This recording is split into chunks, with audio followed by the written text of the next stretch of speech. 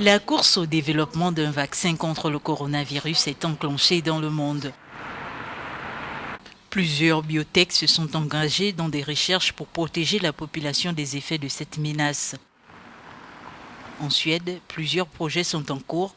L'un d'entre eux, basé sur une nouvelle méthode, permettra d'éviter d'avoir à cultiver le virus dans un laboratoire. Les chercheurs copient puis insèrent une partie du code génétique du virus dans une sorte de plasmide, transformant ainsi le corps en une mini-usine de vaccins.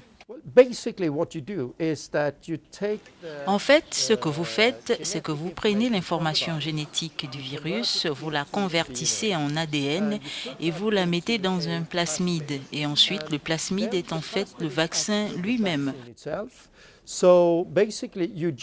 Donc, en gros, vous injectez le code de génétique du vaccin et il est ensuite absorbé par l'hôte. Ainsi, vous, en tant que vacciné, vous produisez votre propre vaccin.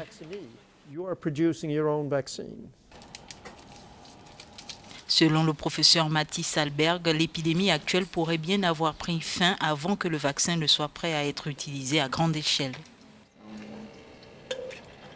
Je pense que le plus grand défi est que l'infection pourrait avoir disparu quand nous serons prêts. Il s'agit donc d'un développement très rapide. De plus, je pense que puisque le virus lui-même provoque une tempête de cytokines qui fait partie de la pathologie, vous ne voulez pas que le vaccin renforce cela. Vous voulez vous protéger contre cela.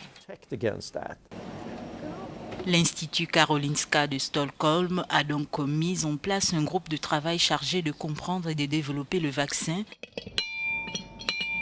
Une vingtaine de recherches sont menées pour lutter contre ce coronavirus dans le monde. Les scientifiques espèrent trouver un vaccin au plus tôt pour stopper cette menace jusqu'alors inconnue.